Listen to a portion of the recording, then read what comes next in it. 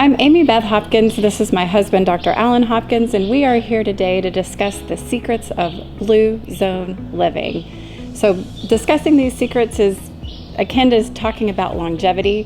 What are the factors that actually give us a long and satisfying life? And what have we discovered so far? Well, a few years ago, researchers embarked on a mission to try to find out not only who's living the longest, but who's living the longest well. And they identified 5 key geographic areas in the world where demographically it was shown that these people live extremely well and they live for a long time.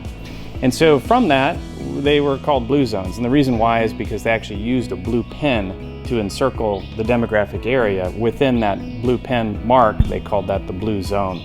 There were 5 areas. One of them is in the United States, and it happens to be a place where we trained at Loma Linda.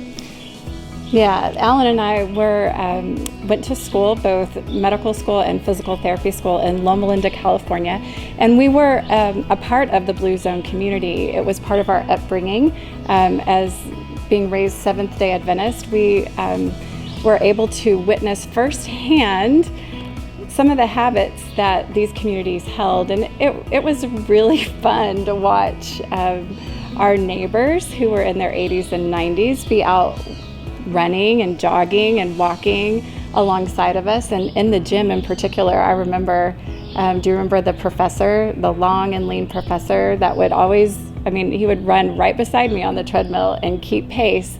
And he was probably 78 years old.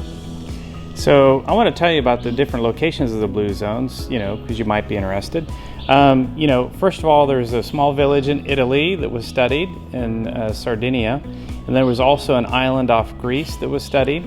And then also in Okinawa, Japan, and then Loma Linda, California, and finally here on the Nicoya Peninsula, which we're actually here in Costa Rica. Yes, so there are a few things that all these communities have in common. And after Alan and I graduated and we also kind of got down the path of life and a demanding career, you kind of get away from some of the things or some of the habits that were instilled in us when we were in the Blue Zone.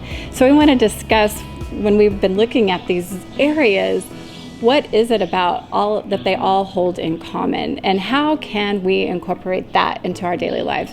So a big one, which should be no surprise to you guys if you know us, is eating lots of plants. So in each and every one of these communities, that is their primary sustenance. It's not to say that they're all vegetarian, although in Loma Linda they are largely vegetarian. But if they aren't, then meat is a condiment. It's not a main, the biggest thing on their plate when they eat. The biggest thing on their plate when they eat, or the largest portion of their plate, is vegetables. Yeah, in fact, about 5 to 6 times per month they were eating meat, so it was a very rare instance.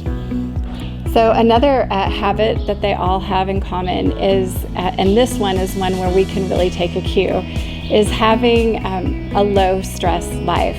And this also correlated with their belief in a higher power. So each of these communities, even though they're not all the same religion and they don't even all have the same belief construct, but they all did believe in a higher power. And that allowed them to be able to release and let go of some of the things that don't make sense to us in life, and to trust that there was a higher purpose for their existence.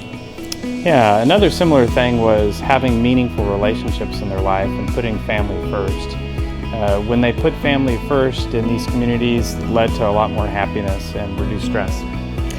Let's see, what else do we have?